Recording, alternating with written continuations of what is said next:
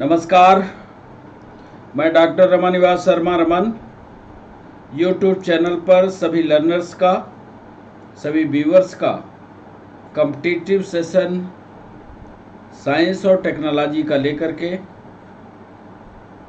सबका बहुत बहुत स्वागत है। आज के सेशन में केमिस्ट्री को हमने रखा है। इसके पहले हमने जो एमसीक्यू का सेशन रखा था वो ऑर्गेनिक केमिस्ट्री पर था। आज हमने फिजिकल केमिस्ट्री पर या ये कह लीजिए जनरल केमिस्ट्री पर आज हमने एमसीक्यू का सेशन रखा है। ये जितने भी कॉम्पिटिटिव एग्जाम हैं उनसे सारे सवालों को हमने कलेक्ट किया है। आपको ये देखना है कि आपसे कितने सवाल बनते हैं, कितने सवाल आप कर पाते हो या आपकी तैयारी कॉम्पिटिटिव एग्जाम के लिए कैसी है। आज जो हमने सवाल निकाले हैं उसमें नीट है, स्टेट पीएससी, यूपीएससी और एसएससी, एमपीएसआई से जुड़े हुए सवालों को हमने खंगालने की कोशिश की है। आज हम आपसे सवाल 25 पूछेंगे। आज सवालों की संख्या 25 है। पहले सवाल पूछेंगे, रोज की तरह या हमेशा की तरह आप सवालों को करने की कोशिश करेंगे और फिर जब पूरे सवाल हो जाएंगे तो उसका उत्तर बताने की जिम्मेदारी मेरी होगी और वो जो उत्तर डिस्कशन के साथ हर सवाल पर हम आपको समझाएंगे। क्यों इस सवाल का जवाब ए होगा, क्यों सवाल का जवाब बी होगा, क्यों सवाल का जवाब सी होगा या क्यों सवाल का जवाब डी होगा। बच्चों, आपको ध्यान रखना है कि चैनल को सब्सक्राइब करना, चैनल को लाइक करना, चैनल को शेयर करना ये आपकी रिस्पॉन्सिबिलिटी है। जब से आप क्लास में आइए तो क्लास में कंटिन्यूटी के साथ बनी रहिए। सही समय पर क्लास को ज्वाइन कीजिए और क्यों कि यह सेशन हमारा लाइव ठीक 6 बजे आपको मिलेगा ताकि आप सवालों का डिस्कशन हमारे साथ कर पाएँ, क्योंकि 6 बजे हम लाइव मिलेंगे, आपके प्रश्नों का जवाब देंगे। कोई भी सवाल साइंस और टेक्नोलॉजी से जुड़ा हुआ आप हमसे पूछ सकते हैं। कमेंट के माध्यम से हम उसका जवाब आपको दे पाएँ। तो इसलिए ये सेशन जब लाइव हो शाम को 6 बजे, तो शाम को 6 बजे लाइव सेशन में आप हमसे मिलिए। आप अपने सवाल रखिए, कमेंट बॉक्स से हम उसका जवाब देंगे। और जैसे ही ये चैनल मोनेटाइज हो जाएगा तो जिस तरह हम आपको अनअकैडमी पर पढ़ाते थे उस तरह से पूरी व्यवस्था उसी तरह की यूट्यूब के द्वारा हो जाएगी और उसी तरह से लाइव हम क्लास को आपके साथ शेयर कर पाएंगे। इसीलिए चैनल को सब्सक्राइब करना, चैनल के वॉच मिनट को बढ़ाना ये प्राथमिकता के क्रम में रखिएगा और जल्दी ही हम लोग उस मुकाम पर होंगे जब ये हमारा चैनल मोनेटाइज हो जाएगा। तो आज फिजिकल केमिस्ट्री में केमिस्ट्री के 3 पार्ट होते हैं। फिजिकल होता है, एक इनऑर्गेनिक होता है, एक ऑर्गेनिक होता है। आप इसको कुल मिलाकर के जनरल केमिस्ट्री के पार्ट को मानिएगा और जनरल केमिस्ट्री में आपसे कितने सवाल बनते हैं ये करने की कोशिश कीजिए। पहला सवाल हम आपसे पूछें। इसके पहले आपको बता दें कि जब भी आप कॉम्पिटिटिव सेशन के लिए हमारे साथ जुड़िए तो सारे सवालों की थ्योरी, जब चूंकि हम टेलीग्राम पर, हम व्हाट्सएप पर, हम फेसबुक पर आपको मैसेज कर देते हैं करीब करीब 8 से 10 घंटे पहले कि आज हम शाम को 6 बजे क्या आपके साथ डिस्कस करने वाले हैं। इसलिए पूरी की पूरी थ्योरी आपके पढ़ना, आपको तैयार करना ये आपकी जिम्मेदारी है और फिर ठीक 6 बजे हमारे साथ लाइव होना ये भी आपकी जिम्मेदारी है। इसलिए अपनी जिम्मेदारी को पूरी सतर्कता से निभाइए और कॉम्पिटिटिव एग्जाम को क्वालिफाई कीजिए। जो बच्चे हमारे साथ 10th, 11th और 12th के जुड़ते हैं वो एक बेहतरीन नोट्स इन पॉइंट को ध्यान में रखते हुए बना सकते हैं। अपने नोट्स को हमारे साथ टेलीग्राम पर शेयर कर सकते हैं ताकि हम उसको देख पाएं और अपनी तैयारी को मजबूत कर सकते हैं। तो ये MCQ session on physical chemistry का पहला सवाल हम आपसे जो पूछने जा रहे हैं, ये पहला सवाल आरआरबी एनटीपीसी में 2016 में पूछा गया। 2017 में यही सवाल एसएससी में पूछा गया। तो एमसीक्यू ऑन फिजिकल केमिस्ट्री का पहला सवाल आपके स्क्रीन पर बच्चों ये रहा। पहला सवाल आधुनिक रसायन का, मॉडर्न केमिस्ट्री का, आधुनिक रसायन का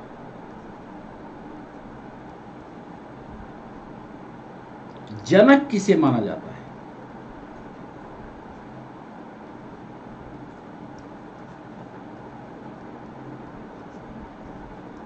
आधुनिक रसायन का जनक किसे माना जाता है? हम आपको ऑप्शन दे रहे हैं। क्या वो अर्नेस्ट रदरफोर्ड थे?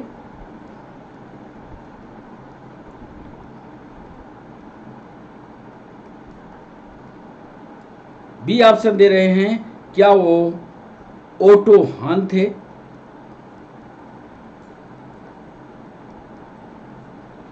सी ऑप्शन दे रहे हैं, क्या वो मेंडलीव थे?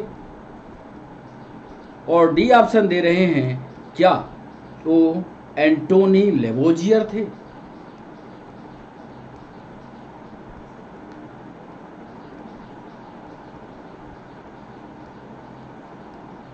पहला सवाल जो आरआरबी एनटीपीसी में 2016 में, एसएससी में और एमपीएसआई में पूछा गया सवाल, आधुनिक रसायन का जनक या फादर ऑफ केमिस्ट्री या फादर ऑफ मॉडर्न केमिस्ट्री का जनक किसे माना जाता है, यह सवाल हमने पूछा।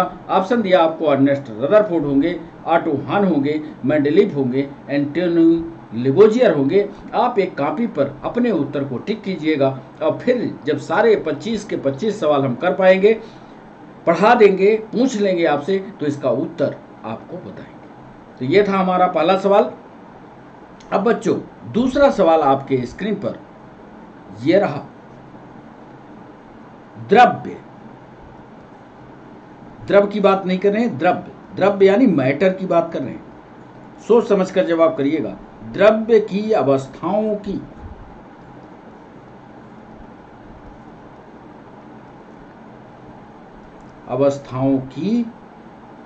अधिकतम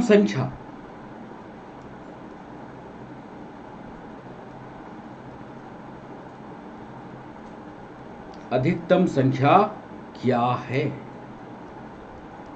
ये हमारा दूसरा सवाल। अब आपको बताना है, क्या ये संख्या 3 है? बी ऑप्शन बताना है, क्या ये संख्या 4 है? सी ऑप्शन बताना है, क्या ये संख्या 5 है? डी ऑप्शन बताना है, क्या ये संख्या परिवर्तनशील है?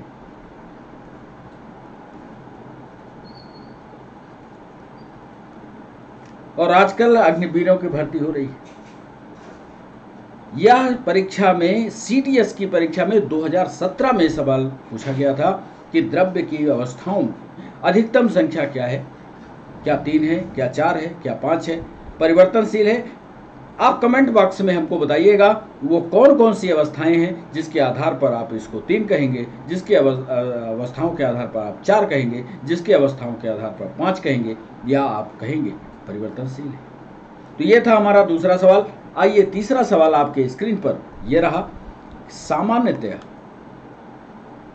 और यह सवाल आरआरबी एनटीपीसी में, एसएससी में 2017 में पूछा गया कि सामान्यतया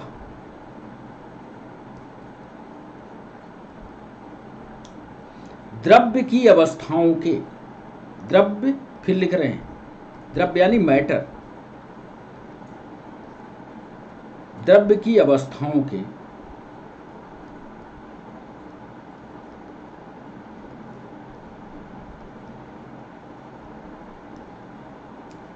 भौतिक वर्गीकरण में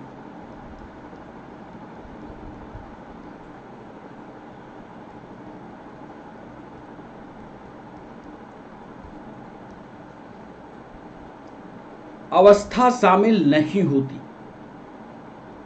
ध्यान दीजिएगा, अवस्था शामिल नहीं होती, नहीं होती।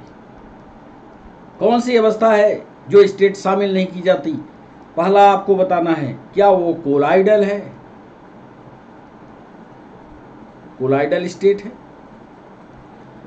बी ऑप्शन आपको बताना है क्या वो गैसियस स्टेट है।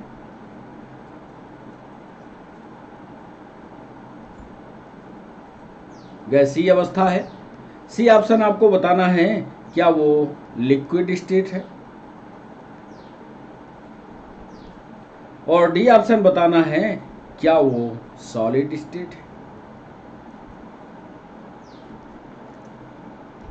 सामान्यतः द्रव की अवस्थाओं में भौतिक वर्गीकरण जब उसको किया जाता है तो इसमें कौन सी अवस्था शामिल नहीं होती। आरआरबी एनटीपीसी 2017 में पूछा गया यह सवाल आपके सामने। इसका भी सही टिक कीजिएगा। चौथा सवाल आपके स्क्रीन पर। एक सवाल 2016 में एसएससी में, एनटीपीसी में, एमपीएसआई और नीट तीनों में परीक्षा में पूछा गया। जरा सवाल को गंभीरता से पढ़िएगा। पहले हम इसमें डॉट डॉट करते हैं, मतलब खाली स्थान दिया, इसमें आपको भरना है। पदार्थ की उन अवस्थाओं में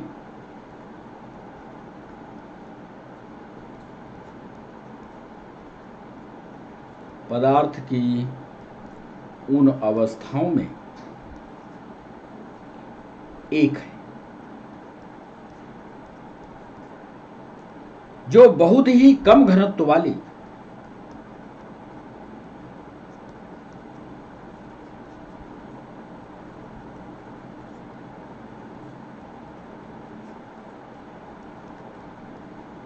डेंसिटी कम है। सवाल को सोच विचार कर करने की कोशिश कीजिएगा कि पदार्थ की उन अवस्थाओं में एक है जो बहुत ही कम घनत्व वाली गैस को अत्यंत कम तापमान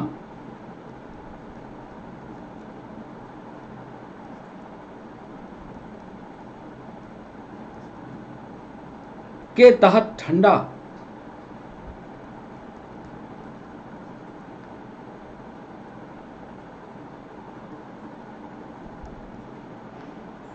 करके प्राप्त होती है।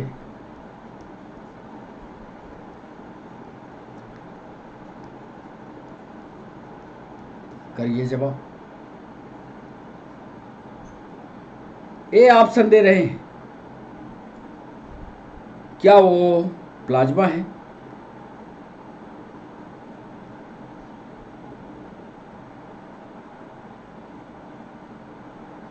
चौथा सवाल, क्या वो प्लाज्मा है।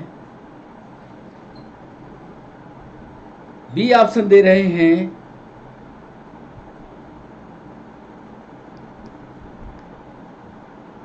क्या वो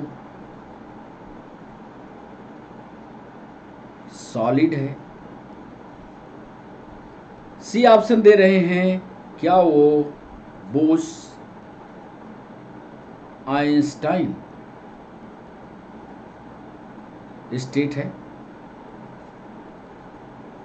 और क्या वो गैस की अवस्था है। नीट में पूछा गया था सवाल।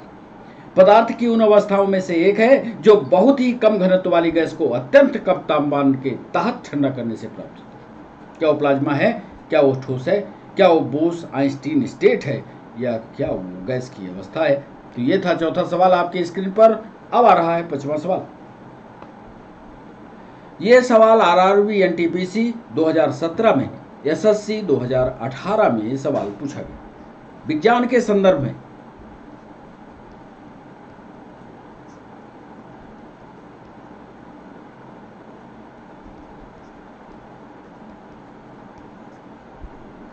निम्न में से कौन सा गुण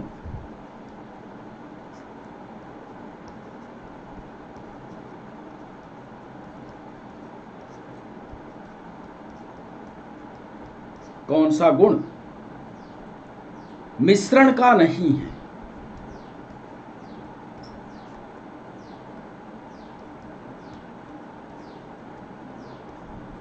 ए ऑप्शन दे रहे हैं इनकी संरचना नियत होती है।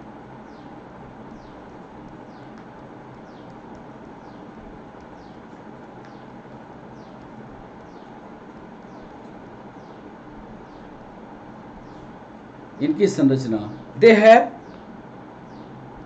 Stable structure. अंग्रेजी वाले बच्चे भी सुनते चले। इनकी संरचना फिक्स होती है। क्या ऐसा है? विज्ञान के संदर्भ में निम्न में से कौन सा गुण मिश्रण का नहीं है? नहीं बताना है। बी ऑप्शन दे रहे हैं। यह दो या दो से अधिक तत्वों,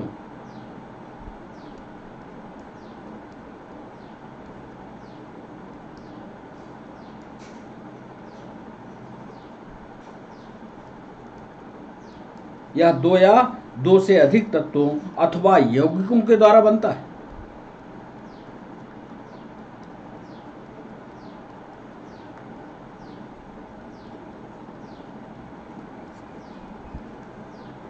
सी ऑप्शन दे रहे हैं, इनसे भौतिक तरीकों से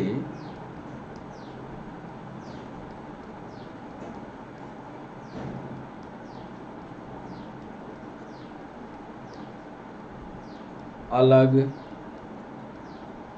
किया जा सकता है।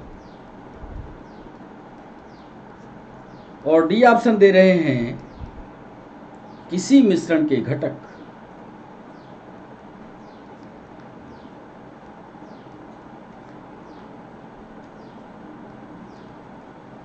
का मतलब यहां कंपोनेंट से, किसी मिश्रण के घटक अपने गुणों को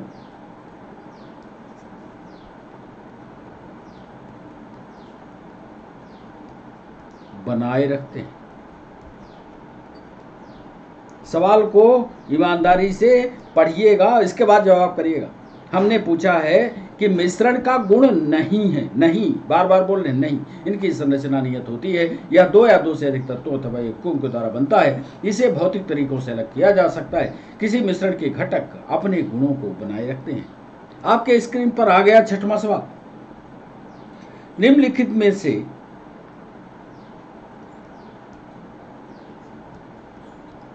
निम्नलिखित कथनों में से, स्टेटमेंट से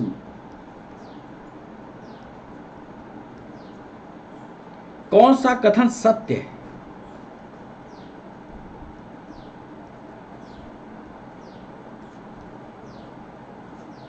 अब ये थ्योरेटिकल सवाल, कौन सा कथन सत्य है, ये सवाल पूछ रहा है। ये सवाल एसएससी 2016 में पूछा गया। निम्नलिखित कथनों में से कौन सा कथन सत्य है? पीएनएसटी में ये सवाल पूछा गया। निम्नलिखित कथनों में से कौन सा कथन सत्य है? पहला, पानी हाइड्रोजन और ऑक्सीजन का मिश्रण है। A option. बी ऑप्शन दे रहे हैं, पानी नाइट्रोजन और ऑक्सीजन का मिश्रण है। सी ऑप्शन दे रहे हैं, पानी हाइड्रोजन और ऑक्सीजन का यौगिक है। पानी ऑक्सीजन और हाइड्रोजन का यौगिक है। और डी ऑप्शन दे रहे हैं बच्चों, पानी एक मूल तत्व है।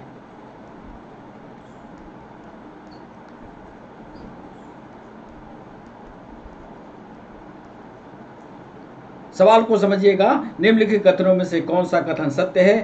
पानी हाइड्रोजन और ऑक्सीजन का मिश्रण है, पानी नाइट्रोजन और ऑक्सीजन का यौगिक है, पानी ऑक्सीजन और हाइड्रोजन का एक यौगिक है, कि पानी एक मूल तत्व है। सीधा सीधा एक टेक्निकल सवाल पूछा है। यदि आप तत्व यौगिक मिश्रण की परिभाषा को अच्छी तरह से पढ़ा होगा तो ये उत्तर बनने वाला है आपसे। 7वां सवाल आपके स्क्रीन पर यह रहा। आरआरबी एनटीपीसी 2016 में पूछा गया सवाल, हवा एक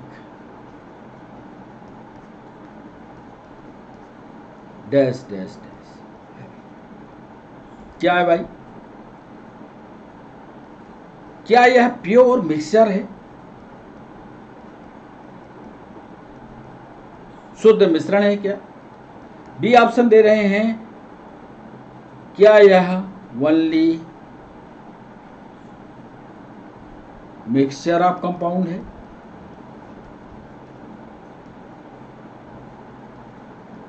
सिर्फ यौगिकों का मिश्रण है। सी ऑप्शन दे रहे हैं ओनली मिक्सचर ऑफ, या मिश्रण है, मिक्सचर ऑफ एलिमेंट है। पूछ रहे हैं क्या सिर्फ तत्वों का मिश्रण है। और डी ऑप्शन दे रहे हैं कि तत्व दोनों, तत्वों और यौगिकों का, और यौगिकों का मिश्रण है। फिर से सवाल सुनिएगा। हवा एक क्या है? प्योर मिक्सचर है, ओनली मिक्सचर ऑफ कंपाउंड है, सिर्फ यौगिकों का मिश्रण है, सिर्फ तत्वों का मिश्रण है, दोनों तत्वों और यौगिकों का मिश्रण है। ये था 7वां सवाल। आ गया बच्चों 8वां सवाल आपके स्क्रीन पर। किसी तत्व का परमाणु भार, यूपीएससी ने यह सवाल पूछा। किसी तत्व का परमाणु भार,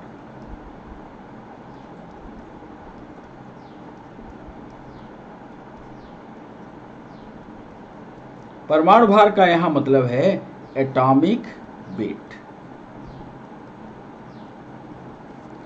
किसी तत्व का परमाणु भार ज्ञात करने के लिए,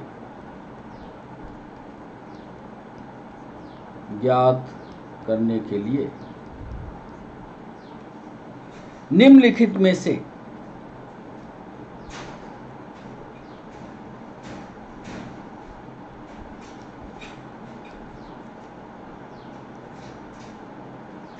किसके साथ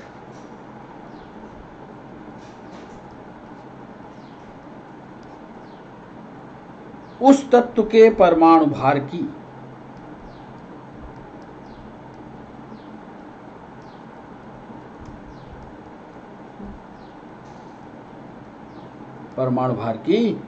तुलना की जाती है।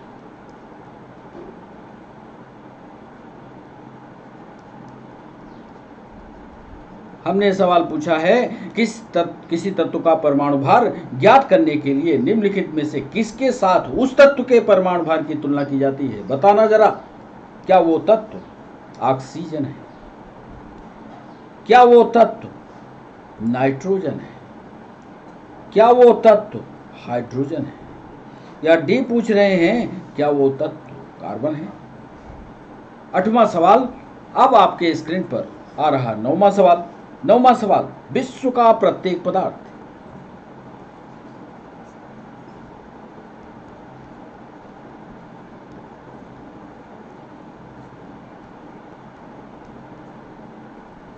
अत्यंत सूक्ष्म कणों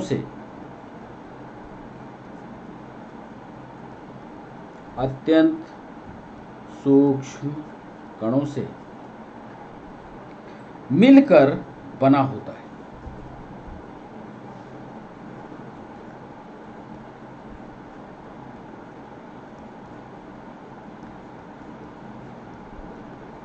एसएससी का सवाल, विश्व का प्रत्येक पदार्थ अत्यंत सूक्ष्म कणों से मिलकर के बना होता है।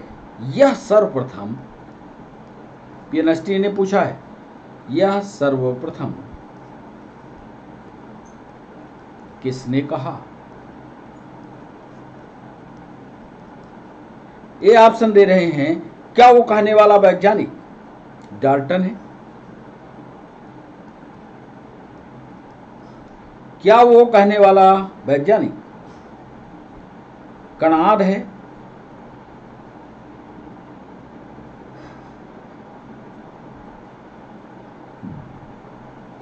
हिंदी में लिखिएगा, कणाद है। सी ऑप्शन कह रहे हैं, क्या वो रदरफोर्ड हैं?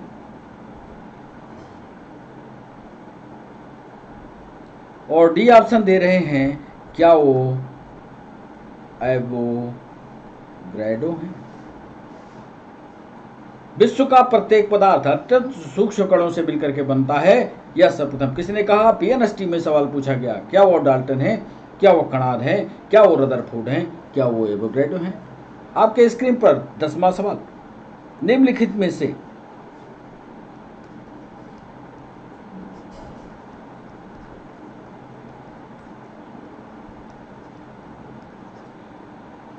निम्नलिखित में से कौन सा एक मिश्रण नहीं है? कौन सा एक मिश्रण नहीं है? नहीं का जवाब देना। ए ऑप्शन दे रहे हैं, क्या वो ग्रेफाइट है? बी ऑप्शन दे रहे हैं, क्या वो कांच है? सी ऑप्शन दे रहे हैं, क्या वह पीतल है? डी ऑप्शन दे रहे हैं, क्या वह इस्पात है? और यह सवाल एनडीए में 2011 में पूछा गया और 2008 में एमपीएसआई ने पूछा था। निम्नलिखित में से कौन एक मिश्रण नहीं है? क्या वो ग्रेफाइट है, क्या वो कांच है, क्या वो पीतल है, क्या वो इस्पात है? आपको सही जवाब देना है। अब आपके सामने आपके स्क्रीन पर 11वां सवाल, निम्नलिखित में से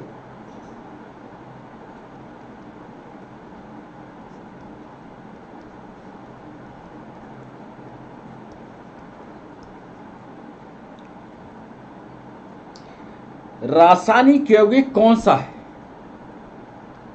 रासायनिक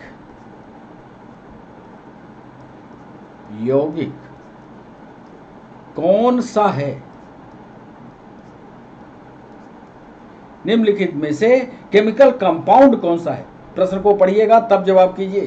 केमिकल कंपाउंड पूछ रहे हैं, कंपाउंड पूछ रहे हैं, फिर बार बार करें, कंपाउंड पूछ रहे हैं। ए ऑप्शन दे रहे हैं 11वें सवाल का, क्या वो एयर है? बी ऑप्शन दे रहे हैं, क्या वो ऑक्सीजन है?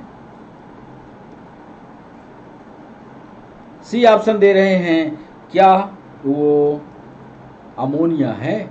और डी ऑप्शन दे रहे हैं, क्या वह पारा है? यह सवाल आरआरबी 2005 में पूछा गया, एसएससी 2004 में पूछा गया।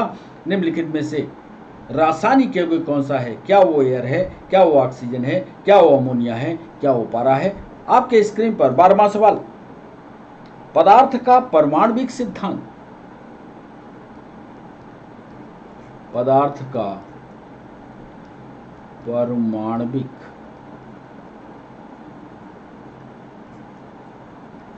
सिद्धांत।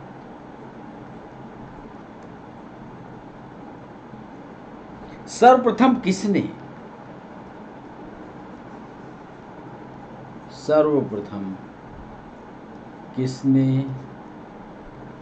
दिया? ए ऑप्शन दे रहे हैं, क्या वो जॉन डाल्टन थे?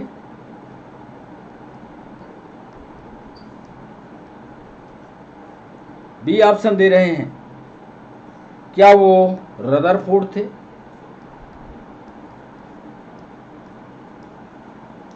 सी ऑप्शन दे रहे हैं, क्या वो जे थॉमसन थे?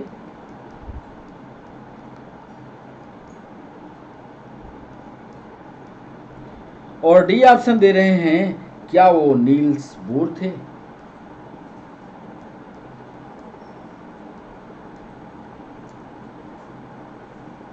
यह सवाल पदार्थ का परमाणविक मॉडल जो है सर्वप्रथम किस वैज्ञानिक ने दिया, यह सवाल जो अग्निवीर की परीक्षा हो रही है उसके लिए जरूर ये सवाल आप तैयार रखिएगा। परमाणविक सिद्धांत देने वाले वैज्ञानिक कौन थे? सीडीएस में यह सवाल 2015 में पूछा। बच्चों आपके स्क्रीन पर अब 13वां सवाल, किसी परमाणु के लिए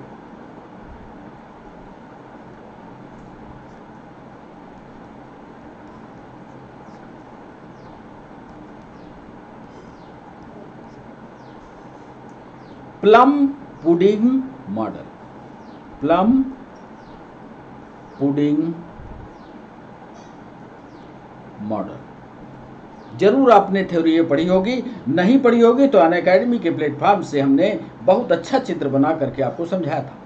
प्लम पुडिंग मॉडल याद कर लीजिएगा, प्लम का मतलब था ये हथेली। प्लम पुडिंग मॉडल की बात कर रहे हैं किसी परमाणु के लिए, या खरबूजे में जो बिया लगती है, तो किसी परमाणु के लिए प्लम पुडिंग मॉडल किसके द्वारा दिया गया?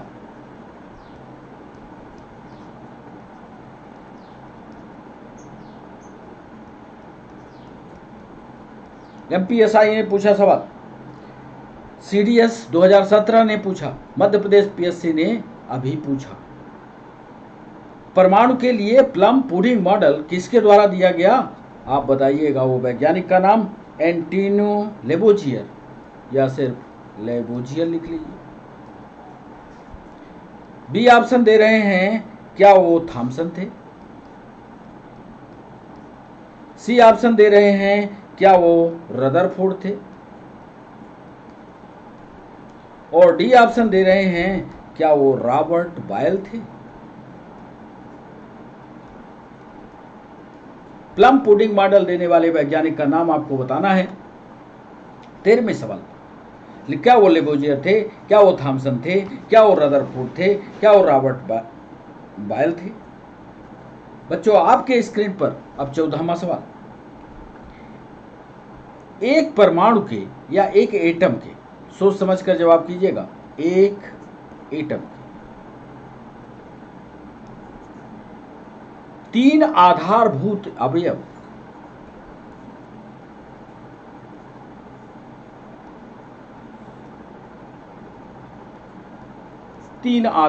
अवयव कौन से?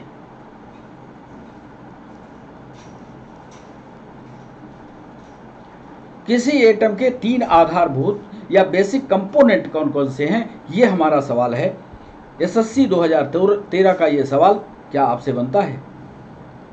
थ्योरी जरूर पढ़ा करिए। हर सवाल के बीच में जो थ्योरी रहती है, उस थ्योरी के साथ जब उसको पढ़ लेंगे तो पूरी तरह आपके दिमाग पर वो फिक्स हो जाएगा। तो 14वां सवाल, प्रोटॉन, न्यूट्रॉन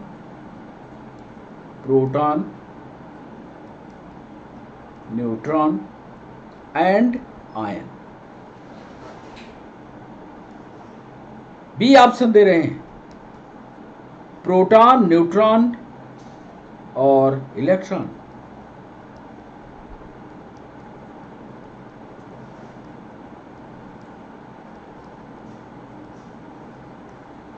सी ऑप्शन दे रहे हैं, प्रोटियम, ड्यूटेरियम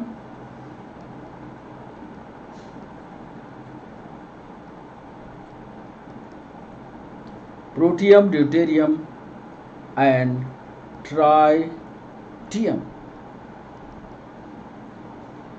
डी ऑप्शन दे रहे हैं, प्रोटॉन, न्यूट्रिनो एंड। SSC 2013 का सवाल है, एक एटम के 3 आधारभूत अवयव कौन कौन से हैं? क्या वो प्रोटॉन है, न्यूट्रॉन और आयन है? क्या प्रोटॉन, न्यूट्रॉन और इलेक्ट्रॉन है? क्या प्रोटॉन, प्रोटियम, ड्यूटेरियम, ट्राइटियम है? क्या प्रोटॉन, न्यूट्रिनो और आयन है? बच्चों आपके स्क्रीन पर 15वां सवाल, आप एटॉमिक नंबर, सोच विचार करके धोखा मत खाइएगा। एटॉमिक नंबर यानी द्रव्यमान संख्या,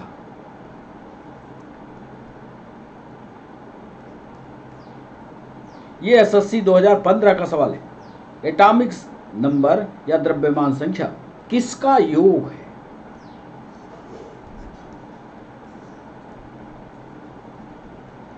ए ऑप्शन दे रहे हैं, क्या केवल प्रोटॉन,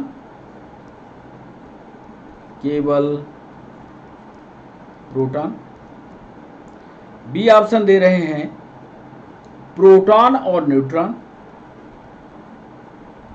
प्रोटॉन धन न्यूट्रॉन। सी ऑप्शन दे रहे हैं, इलेक्ट्रॉन और न्यूट्रॉन। और डी ऑप्शन दे रहे हैं, इलेक्ट्रॉन और प्रोटॉन।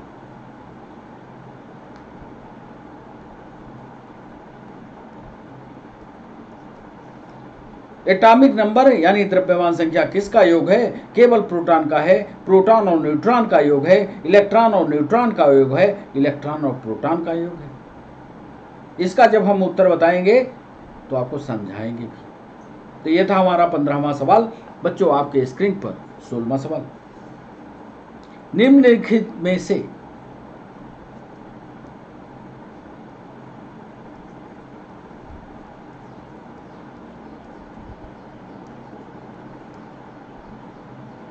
कौन सा एक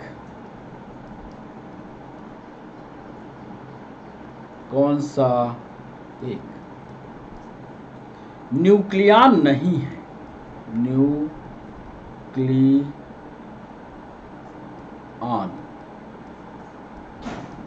नहीं। ए ऑप्शन दे रहे हैं, क्या वो प्रोटॉन है? एसएससी 2010 का ये सवाल है। एसएससी 2010 में पूछा गया कि निम्नलिखित में से कौन सा एक न्यूक्लियन नहीं है, क्या वो प्रोटॉन है? बी ऑप्शन दे रहे हैं, क्या वो न्यूट्रॉन है? सी ऑप्शन दे रहे हैं, क्या वो इलेक्ट्रॉन है? और डी ऑप्शन दे रहे हैं, क्या वो पॉजिट्रॉन है? पॉजिट्रॉन है। हमने पूछा है कि निम्नलिखित में से कौन एक न्यूक्लियन नहीं है। आपको बताना है क्या वो प्रोटॉन है, क्या वो न्यूट्रॉन है, क्या वो इलेक्ट्रॉन है, क्या वो पॉजिट्रॉन है। 17वां सवाल आपके स्क्रीन पर आ गया। इलेक्ट्रॉन की खोज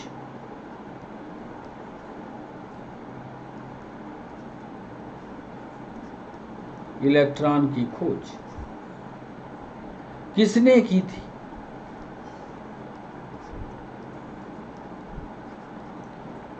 ए ऑप्शन दे रहे हैं, रदरफोर्ड। बी ऑप्शन दे रहे हैं, नील्स बोर, जिनका आप मॉडल पढ़ते हो। सी ऑप्शन दे रहे हैं, अल्बर्ट। डी ऑप्शन दे रहे हैं, थॉमसन। ये सवाल आरआरबी एनटीपीसी 2017 में, मध्य प्रदेश पीएससी में, छत्तीसगढ़ पीएससी में, यूपी पीसीएस में भी पूछा गया। इलेक्ट्रॉन की खोज किसने की? आपको बताना है, क्या वो रदरफोर्ड थे, क्या वो नील्स बोर थे, क्या अल्बर्ट थे, या क्या थॉमसन थे। बच्चों आपके स्क्रीन पर 18वां सवाल, एक इलेक्ट्रॉन क्या है? इलेक्ट्रॉन की आपको परिभाषा पढ़नी पड़ेगी। एक इलेक्ट्रॉन क्या है? सोच समझकर ऑप्शन को पढ़िएगा। नेट आवेश के साथ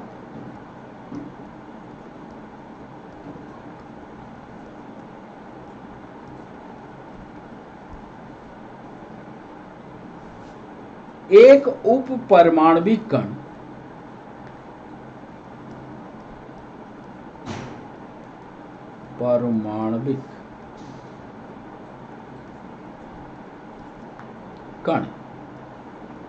जो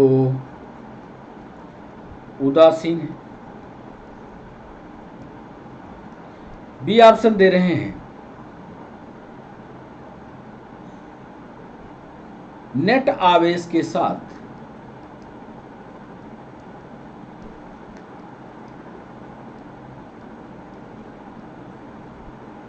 उप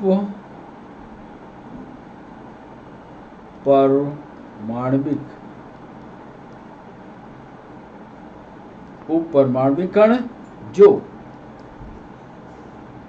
धनावेशित है या सकारात्मक है। उसने शब्द लिखा था सकारात्मक, धनावेशित नहीं लिखा था। पर यदि हम सकारात्मक लिखते हैं तो आपको कंफ्यूजन हो सकता है, इसलिए हम साफ साफ लिख रहे हैं धनावेशित है। एक इलेक्ट्रॉन की परिभाषा आपको बताना है। तीसरा पॉइंट है, नेट आवेश के साथ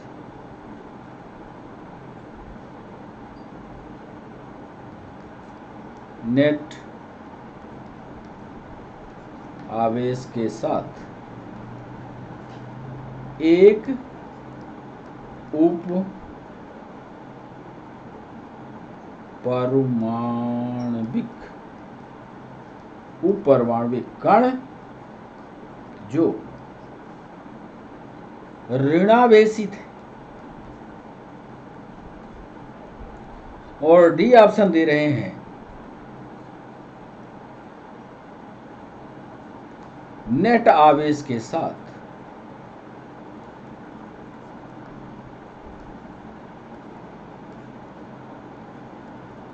उप परमाणविक कण जो शून्य है। बड़ा बढ़िया सवाल है। एक इलेक्ट्रॉन क्या है? नेट आवेश के साथ एक उप परमाणविक कण जो उदासीन है, नेट आवेश के साथ उप परमाणविक कण जो धनावेशित है, नेट आवेश के साथ एक उप परमाणविक कण जो ऋणावेशित है, नेट आवेश के साथ उप परमाणविक कण जो शून्य है। 19वां सवाल बच्चों आपके स्क्रीन पर, जिन एक परमाणु कणों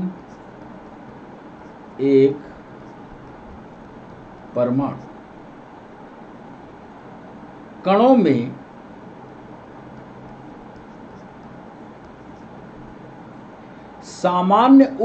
परमाणु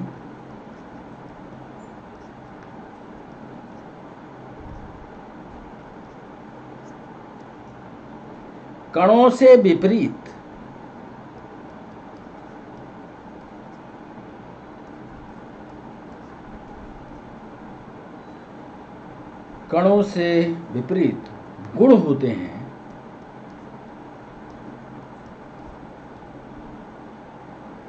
उन्हें किस नाम से जाना जाता है?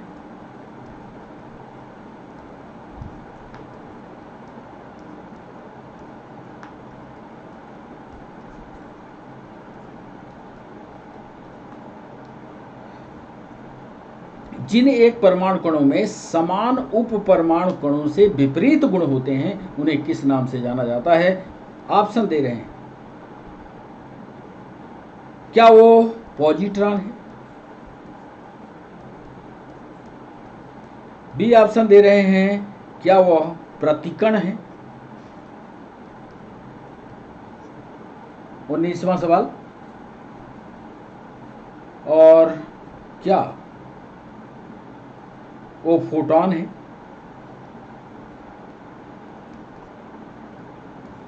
और डी ऑप्शन दे रहे हैं, क्या वो न्यूट्रिनो है?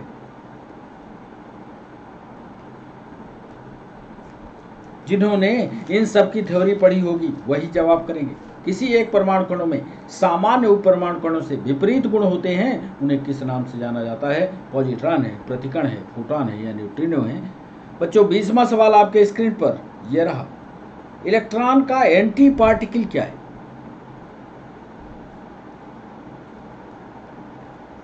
इलेक्ट्रॉन का एंटी पार्टिकल क्या है? सोच समझकर जवाब दीजिए। क्या वो पॉजिट्रॉन है? बी ऑप्शन दे रहे हैं, क्या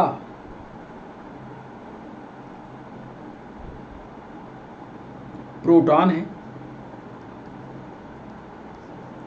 सी ऑप्शन दे रहे हैं, क्या वह अल्फा पार्टिकल है? और डी ऑप्शन दे रहे हैं, क्या वह बीटा पार्टिकल है? किस परीक्षा में पूछा गया ये भी आपको बताते हैं। ये एसएससी 2016 में पूछा गया। एसएससी एमपीएसआई में साइंस थोड़ा टिपिकल आती है, कठिन सवाल आते हैं, इसलिए एसएससी वाले बच्चों, एमपीएसआई वाले बच्चों जरा थ्योरी मजबूत कीजिए साइंस की। जो थ्योरी न बनती हो आप हमें मैसेज कीजिए, हम आपको पढ़ाएंगे। तो ये 20वां सवाल। आइए 21वें सवाल।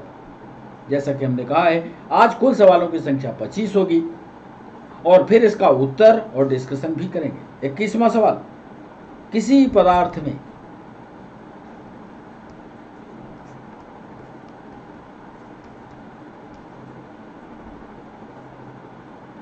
मुक्त और फिर डैश की उपस्थिति से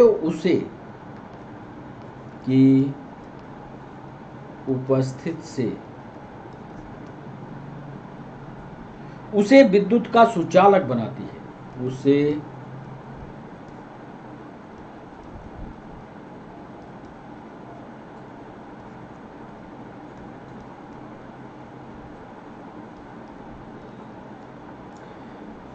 किसी पदार्थ में मुक्त क्या हो कि वस्तु सुचालक हो जाए। बड़ा सरल सा सवाल एमपीएसआई ने पूछा, आरआरबी एनटीपीसी ने भी पूछा है। यशस्वी ने भी पूछा, क्या वो पॉजिट्रॉन है?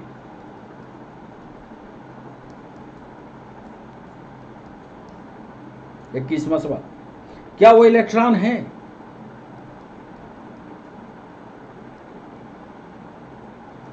सी ऑप्शन दे रहे हैं, क्या वो न्यूट्रॉन है? और डी ऑप्शन दे रहे हैं, क्या वह प्रोटॉन है? आरआरबी एनटीपीसी में भी 2017 में यह सवाल पूछा। बच्चों 22वां सवाल आपके स्क्रीन पर, एक कण है, पार्टिकल है। 22वां सवाल, एक कण जिसका नाम आप जानते होंगे, बोसॉन।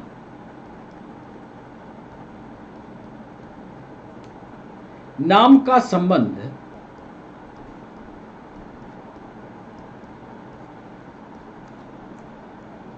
किस नाम से है?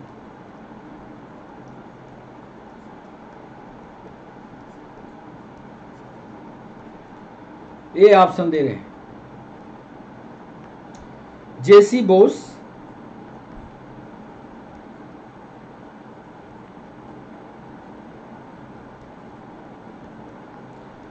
बी ऑप्शन दे रहे हैं यस यन बोस,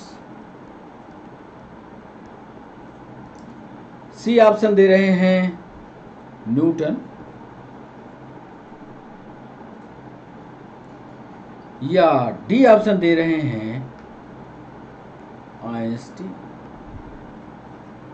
बोसॉन नाम का संबंध किस वैज्ञानिक से है, यह आपको बताना है। क्या वो जेजी बोस हैं, क्या एस एन बोस हैं, क्या न्यूट्रॉन है, न्यूटन है, क्या आइंस्टीन है?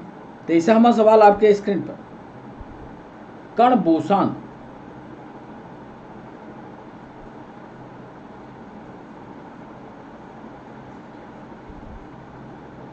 न्यूट्रॉन की खोज वाला सवाल पूछा क्या?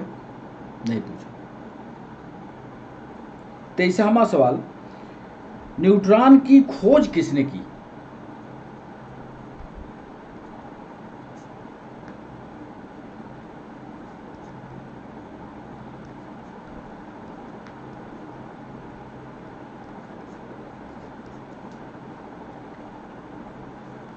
न्यूट्रॉन की खोज करने वाले, ये यूपी पीसीएस में 1996 में सवाल पूछा था। यूपी पीसीएस में न्यूट्रॉन की खोज किसने की? क्या वो चैडविक थे? बी ऑप्शन दे रहे हैं, क्या वो रदरफोर्ड थे? सी ऑप्शन दे रहे हैं, क्या वो बोहर थे? डी ऑप्शन दे रहे हैं, क्या वो न्यूटन थे? न्यूट्रॉन की खोज करने वाले वैज्ञानिक कौन से थे, ये आपको बताना है। क्या वो चैडविक थे, क्या वो रदरफोर्ड थे, क्या वो बोहर थे, और क्या वो न्यूटन थे? बच्चों 24वां सवाल आपके स्क्रीन पर, निम्नलिखित में से कौन सा कथन सही है? यूपीएससी का सवाल, निम्नलिखित में से कौन सा कथन सही है? 24वां सवाल, पहला कथन देखिएगा, एक परमाणु के नाभिक में, एक परमाणु के नाभिक में केवल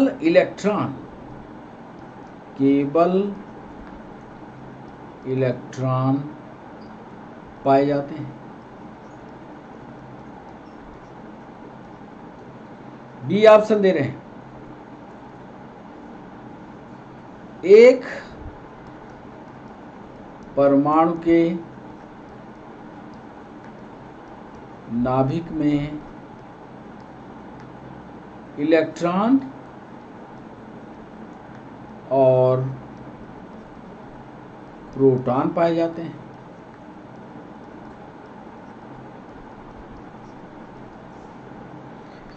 बच्चों सी ऑप्शन दे रहे हैं, एक परमाणु के नाभिक में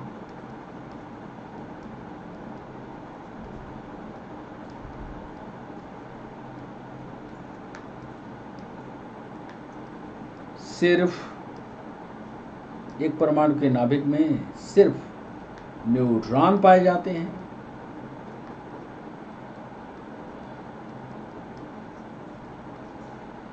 और डी ऑप्शन दे रहे हैं, एक परमाणु के नाभिक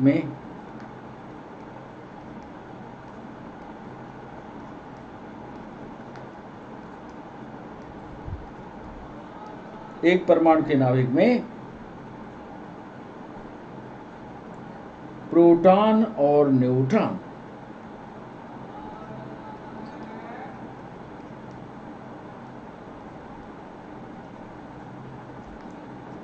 दोनों पाए जाते हैं। सवाल था हमारा कि निम्नलिखित में से कौन सा कथन सही है। एक परमाणु के नाभिक में केवल इलेक्ट्रॉन है, एक परमाणु के नाभिक में इलेक्ट्रॉन और प्रोटॉन दोनों हैं, एक परमाणु के नाभिक में सिर्फ न्यूट्रॉन है, एक परमाणु के नाभिक में प्रोटॉन और न्यूट्रॉन। बच्चों आज के सेशन का अंतिम सवाल 25वां सवाल आपके स्क्रीन पर ये रहा। निम्नलिखित यूपीएससी, सीडीएस और एसएससी में 2016 में ये सवाल पूछा गया। 25वां सवाल, निम्नलिखित कथनों में से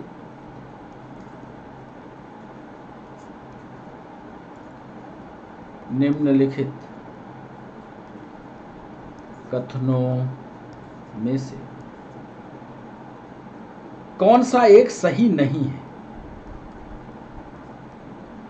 कौन सा एक सही नहीं है? ए ऑप्शन दिया, विभिन्न तत्वों के परमाणुओं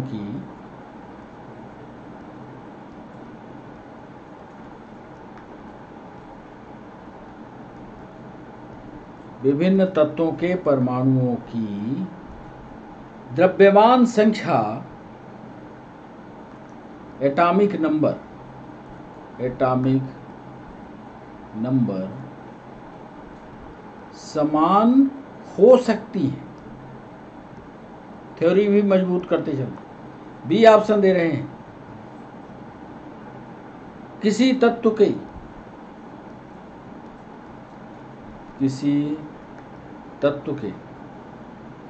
परमाणुओं की द्रव्यमान संख्याएं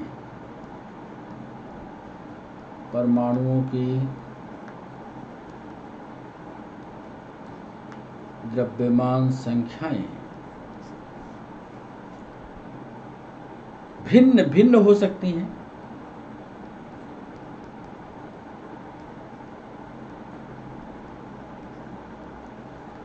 सी ऑप्शन दे रहे हैं,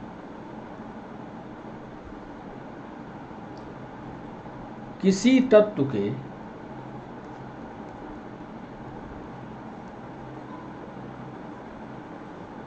सभी परमाणुओं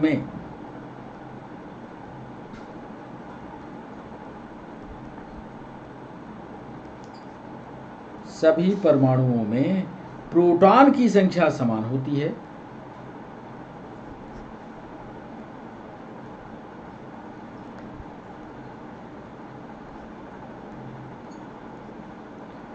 और डी ऑप्शन दे रहे हैं, किसी तत्व के सभी परमाणु में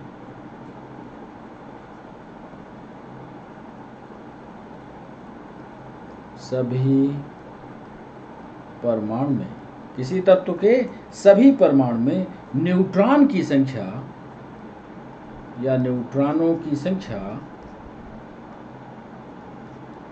सदैव समान होगी।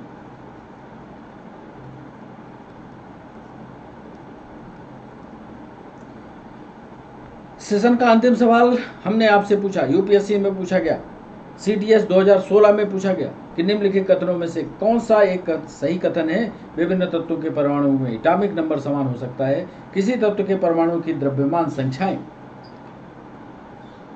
भिन्न भिन्न हो सकती हैं। किसी तत्व के परमाणुओं में प्रोटॉन की संख्या समान होती है, किसी तत्व के सभी परमाणु में न्यूट्रॉनों की संख्या सदैव समान होती है। तो ये थे 25 सवाल।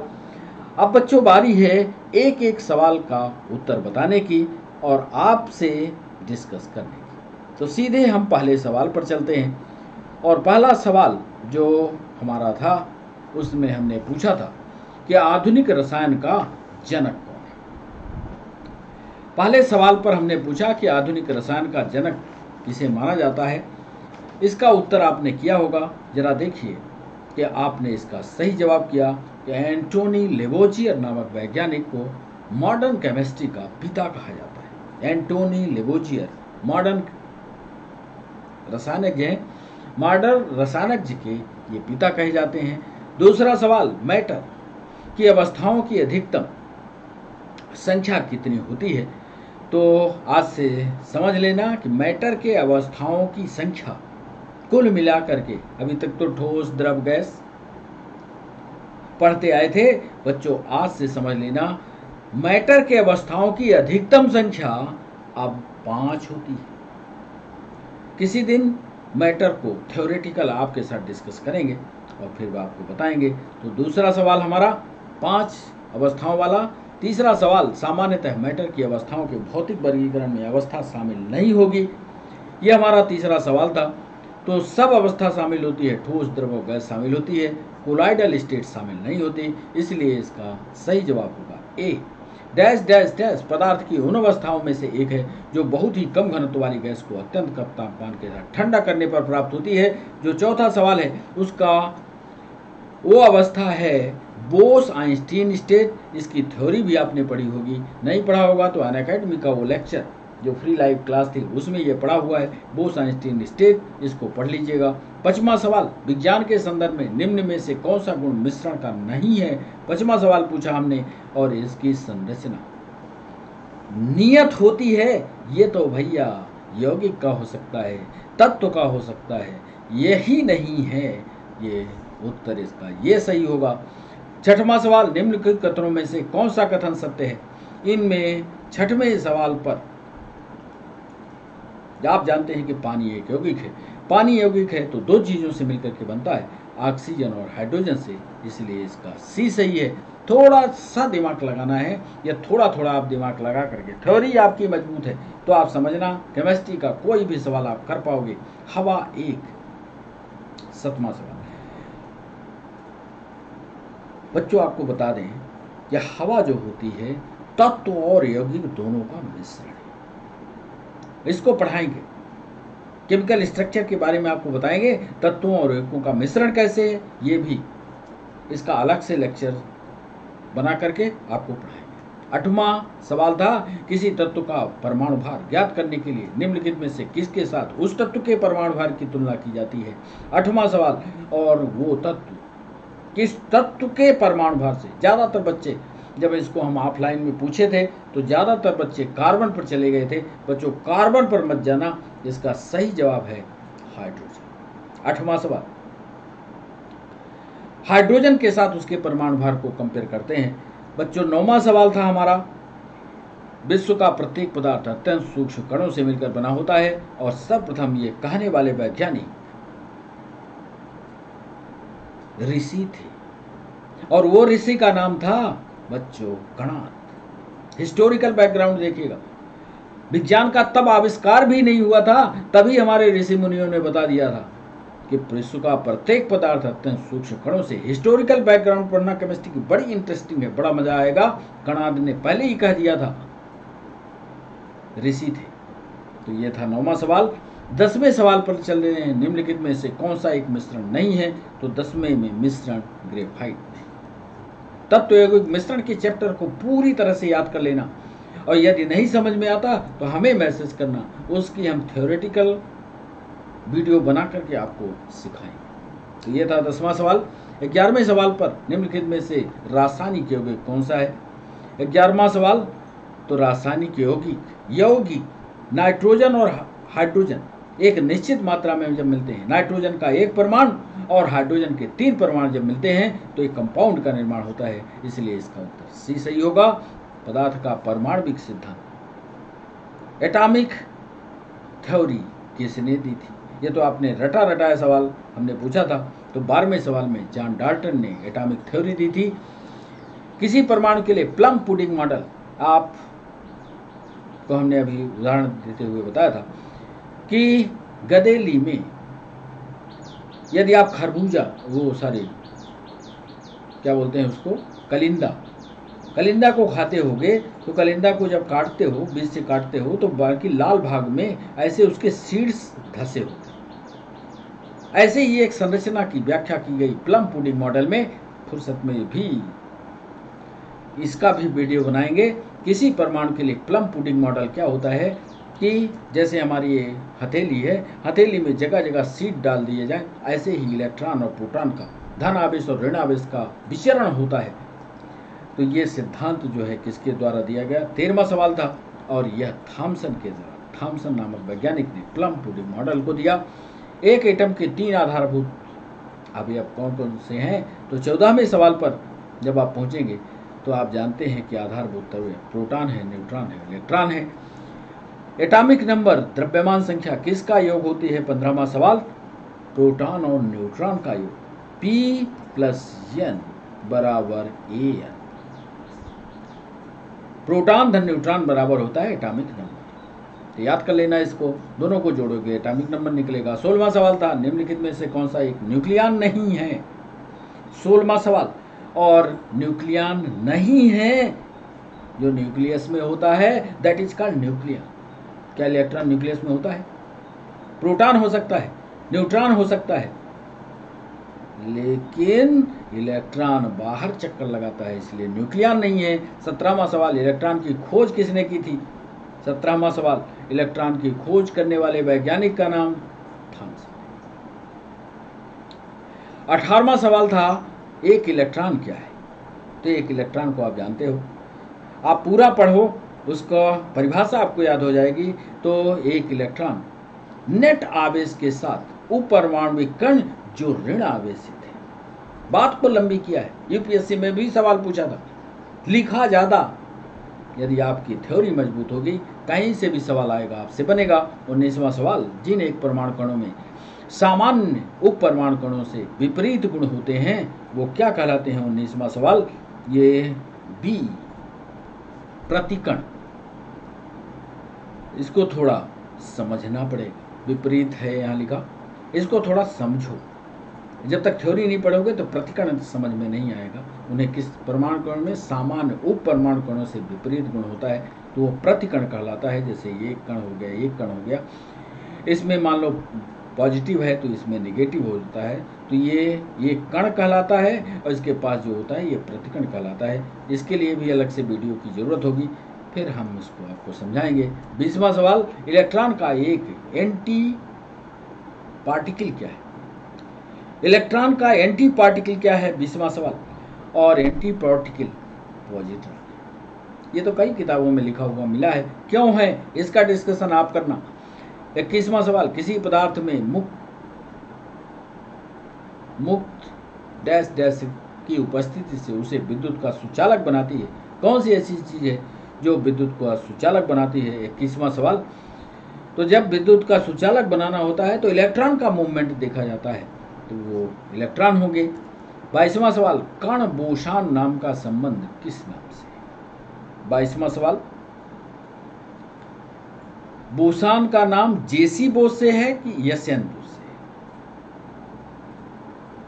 और 23वां सवाल, न्यूट्रॉन की खोज किसने की?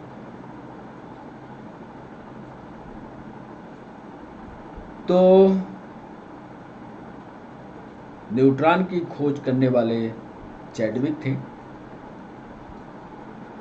और इसकी खोज करने वाले एसएन बोस थे। ये दोनों सवालों को आप अच्छे से कैलकुलेट करिएगा। 24वां, निम्नलिखित में से कौन सा कथन सही है? इसका एक परमाणु के नाभिक में प्रोटॉन और न्यूट्रॉन दोनों पाए जाते हैं। थ्योरी मजबूत कीजिएगा बच्चों। 25वां और आज के सेशन का अंतिम सवाल का उत्तर बताने जा रहे हैं कि निम्नलिखित कथनों में से कौन सा एक सही नहीं है। इन कथनों में से एक सही नहीं है, वो है किसी तत्व के सभी परमाणु में न्यूट्रॉनों की संख्या सदैव समान होगी। ऐसा नहीं होता। तो ये 25वां सवाल था। कैसा लगा सेशन, ये जरूर बताइएगा। आप हमारे साथ लाइव जुड़े रहे, इसके लिए सभी बच्चों का, सभी व्यूवर्स का, सभी लर्नर्स का बहुत बहुत शुक्रिया। फिर मिलते हैं एक दिन के अंतराल के बाद आपसे नए वीडियो के साथ। यदि आपको कुछ नया पढ़ना है तो कमेंट सेक्शन में आप हमें बताइएगा, वो नया वीडियो लेकर के हम आएंगे। चैनल को सब्सक्राइब करना, चैनल को लाइक करना और सेशन के अंत में कमेंट लिखना, ये आपकी जिम्मेदारी है। सारी जिम्मेदारियों को पूरा करते हुए आप अपने कर्तव्य को कीजिए। हमारे साथ पढ़िए chemistry, physics, technology, computer, environment, सारी चीज़ें, कुछ भी आपको साइंस और टेक्नोलॉजी का पढ़ना है, आप हमारे साथ जुड़िए, हमारे साथ पढ़िए। तो बच्चों, आज के लिए बस इतना ही। फिर मिलते हैं नए सेशन के साथ। तब तक के लिए बाय बाय, नमस्कार।